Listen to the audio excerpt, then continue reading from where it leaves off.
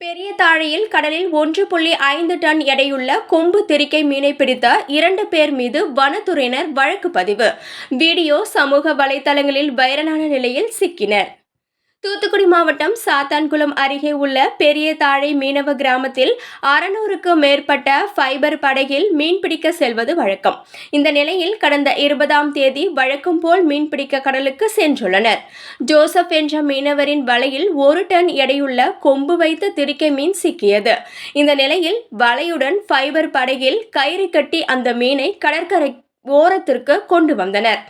கடற்கரைக்கு கொண்டு வரப்பட்ட திரிக்கை மீனை டிராக்டர் வண்டி மூலம் கடற்கரையிலிருந்து வெளியே கொண்டு வந்து ஜேசிபி இயந்திரம் மூலம் சரக்கு வாகனத்தில் ஏற்றப்பட்டது. 1.5 டன் எடையுள்ள கொம்பு திரிக்கை மீன் 56,000 ரூபாய்க்கு ஏலத்திற்கு போனது.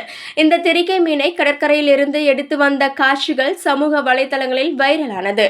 கொம்பு வைத்த திரிக்கை மீனை கடலில் இருந்து பிடிப்பது சட்டப்படி குற்றமாகும். எனவே திருச்செந்தூர் வனச்சரக அலுவலர் கவின் தலைமையில் பெரிய தாழை கிராமத்திற்கு சென்று விசாரணை மேற்கொண்டனர்.